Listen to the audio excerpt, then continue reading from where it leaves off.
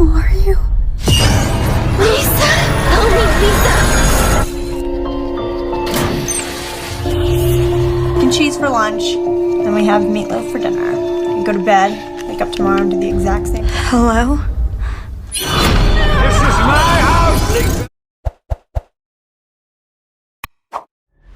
Film ini bercerita tentang dua alam berbeda sehingga sedikit sulit untuk dijelaskan. Dibuka dengan Lisa yang terbangun dari tidur karena suara radio di pagi hari. Ia tampak tak begitu bersemangat untuk beraktivitas. Hari ini adalah hari terakhir Lisa berumur 15 tahun karena esok ia akan merayakan ulang tahunnya yang ke-16. Lisa. Baru saja turun, Carol ibunya meminta Lisa untuk mencuci baju menggunakan air dingin.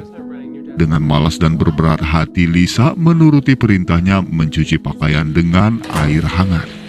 Cuaca di luar sedang tidaklah baik untuk bepergian, sehingga Bruce, ayahnya itu meminta Lisa untuk tetap berada di rumah. Mau tak mau Lisa harus menghabiskan harinya di dalam rumah. Malamnya Lisa dipanggil karena menurut Bruce, hari ini seharian Lisa tampak aneh tak seperti hari-hari sebelumnya. Entah bagaimana caranya, Lisa mencoba menjelaskan kepada keduanya bahwa mereka terjebak di rumah ini. Aktivitas yang terjadi berulang-ulang, waktu seakan berhenti berjalan tepat pada satu hari sebelum ulang tahunnya.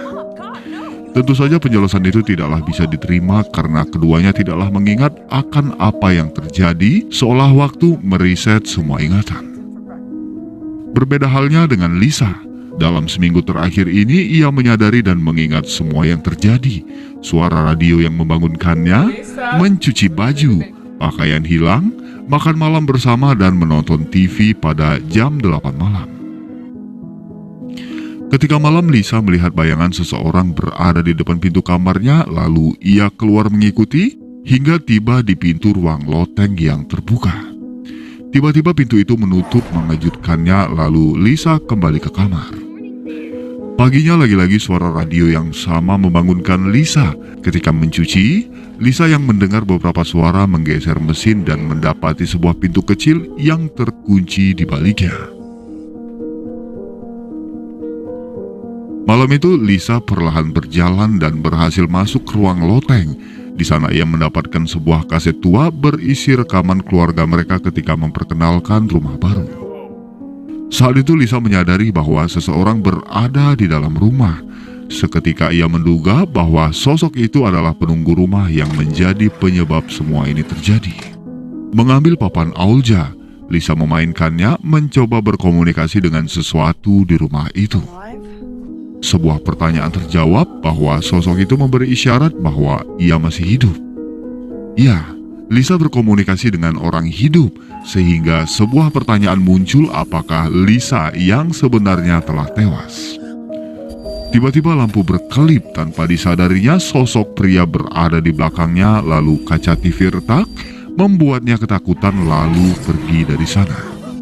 Malam itu rutinitas menonton tak berlaku, mereka melakukan kegiatan berbeda, sehingga Lisa mulai menyadari bahwa sesuatu telah berubah.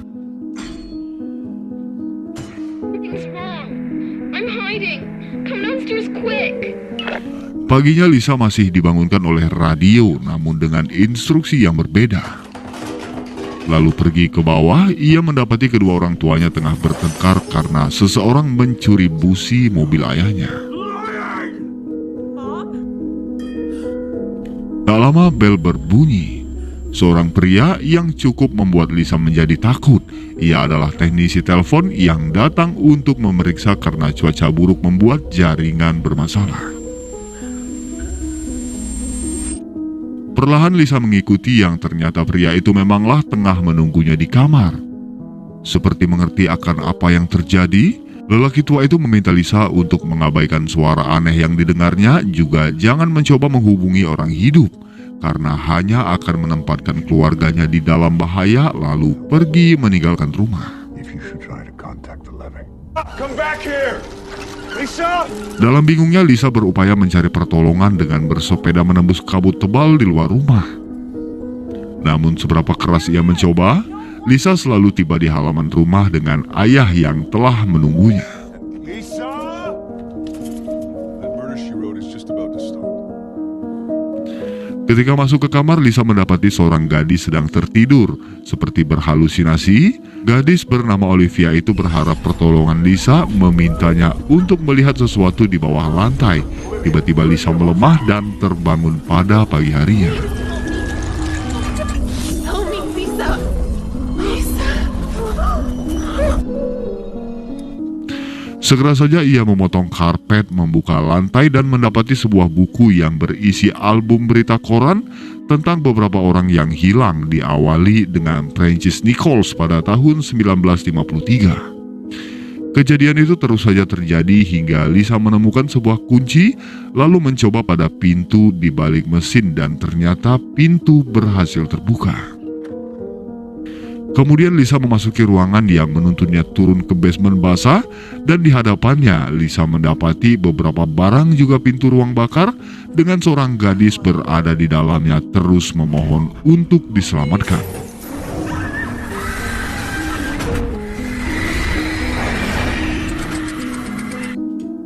Di meja makan sebuah panggilan masuk yang menurut ayahnya dari guru kimia Lisa di sekolah. Yang sebenarnya itu adalah pria misterius yang kembali memperingatkan Lisa untuk tidak lagi membuka pintu. Setelahnya, Lisa melihat Edgar, sosok yang selama ini mereka anggap sebagai teman hayalan Robbie. Ia tampak nyata berada di meja makan, duduk bersama mereka, namun kedua orang tuanya tidaklah melihat keberadaannya. Di kamar mandi, Lisa mendapati Olivia di cermin, seperti mereka berada di dimensi lain atau alam yang berbeda. Sebisa mungkin Lisa berusaha menyentuhnya, membuatnya seketika masuk dan berada di dalam tubuh Olivia.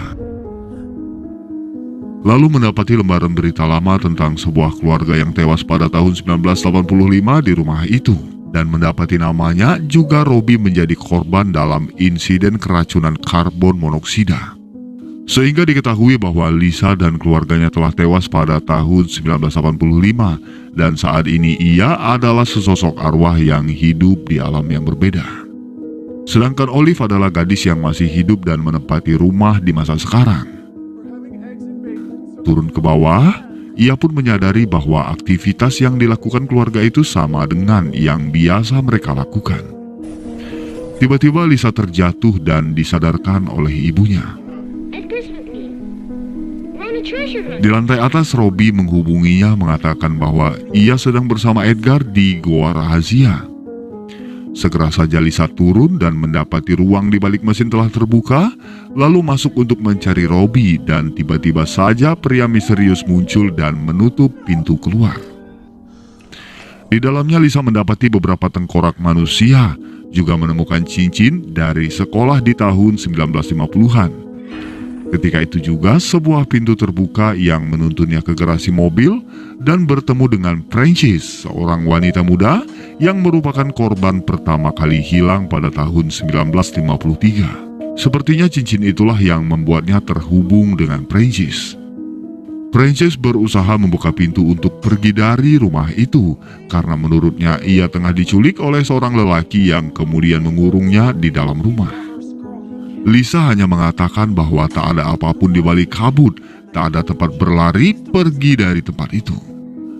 Juga Lisa yang telah melihat tengkorak mengatakan kepadanya bahwa Francis sebenarnya telah tewas. Keluarganya telah berduka untuknya dan waktu itu telah begitu lama terlewatkan. Sedangkan Francis mengira bahwa ia baru saja hilang semalaman, seperti kebingungan karena ia tidaklah menyadari bahwa dirinya telah tewas. Tiba-tiba pria misterius itu datang menarik Francis masuk ke dalam kabut.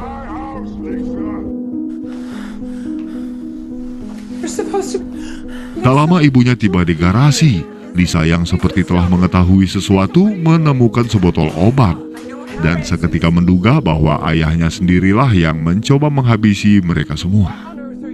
You didn't even do anything to save us. You let him do this.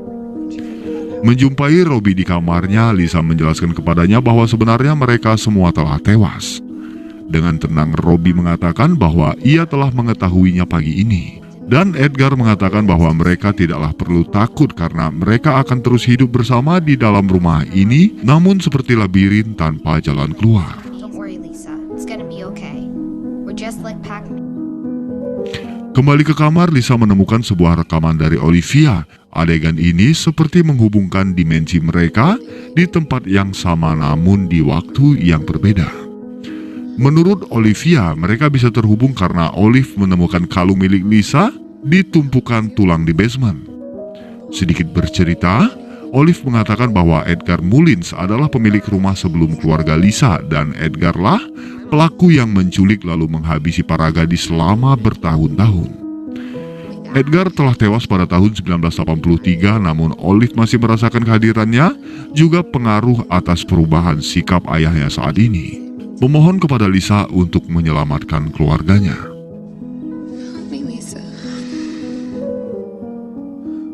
Seketika Lisa mendapati dirinya di cermin sebagai Olivia, lalu segera turun mendapati kedua orang tua Olive tengah bertengkar dan Lisa yang menyadari bahwa Edgar sebenarnya telah merasuk mengambil alih jiwa ayah Olive mencoba memperingatkan mereka untuk pergi meninggalkan rumah ini. Keluar untuk meminta pertolongan, namun suaranya tidaklah terdengar. Lisa kembali pingsan ketika mencoba keluar dari halaman rumah. Saat tersadar, Carol telah berada bersamanya mengatakan bahwa ia pun telah menyadari bahwa mereka telah tewas setelah Lisa mengingatkannya di garasi. Segera Lisa turun untuk mengingatkan ayahnya, mengambil busi yang ternyata disimpannya sendiri lalu menyalakan mobil. Dan seketika Bruce mengingat semuanya, namun ia tidaklah mengerti mengapa ia dengan kejam menghabisi keluarganya sendiri. Lisa tidaklah menyalahkannya karena Edgar lah yang telah merasuk mengambil alih kesadaran Bruce dan menghabisi mereka semua. Tiba-tiba situasi menjadi kacau. Mereka berkumpul di ruang tengah lalu membuka pintu dan mendapati matahari telah muncul berada di balik tebalnya kabut. Segera saja mereka keluar, namun Lisa tetap tinggal. Ia kembali menutup pintu, menjalankan niatnya untuk menyelamatkan keluarga Olivia yang masih hidup.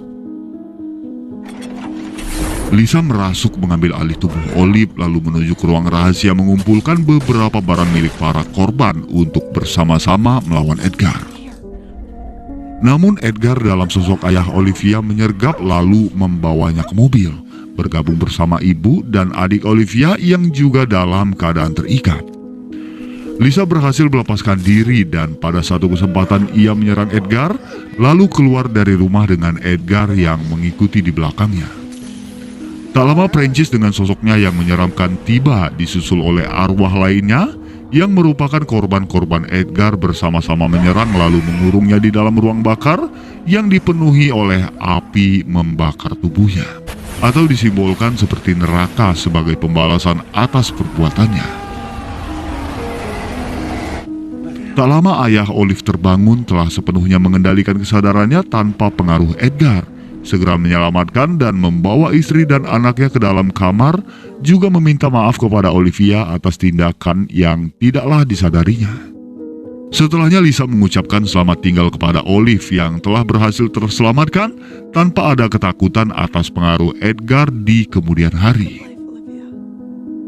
We're gonna be rich.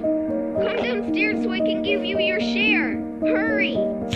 Paginya Lisa terbangun oleh Robbie dengan radio mengucapkan selamat ulang tahun yang ke-16 untuk Lisa. Dengan kebingungan turun, disambut oleh ayah, ibu, dan Robbie dengan sebuah sepeda sebagai kado di hari ulang tahunnya. Dengan haru Lisa menuju ke pintu depan dengan sinar terang yang menyilaukan matanya dan kisah berakhir di sini. Edgar adalah pemilik pertama rumah. Kepribadian buruk membuatnya menghabisi kedua orang tuanya. Bertahun-tahun menculik dan menghabisi wanita muda, lalu membuang tubuh juga barang-barangnya di dalam ruang rahasia di basement. Pada 1983, Edgar tewas dan selanjutnya rumah itu ditempati oleh keluarga Lisa. Namun Edgar tidaklah sepenuhnya pergi. Arwahnya masih berada di sana, menebar ketakutan, merasuk dan mengendalikan kesadaran ayahnya untuk menghabisi mereka semua pada tahun 1985. Selanjutnya arwah Edgar terus saja melakukan hal serupa pada keluarga setelahnya, hingga berakhir di keluarga Olive setelah Lisa bertindak, memanggil seluruh arwah korban untuk mengurung Edgar, menghentikan semua ketakutan. Sekian dari saya. Mohon maaf untuk segala kekurangan dan kesalahan dalam hal penyebutan juga kata-kata terucap yang kurang berkenan di hati teman-teman semua.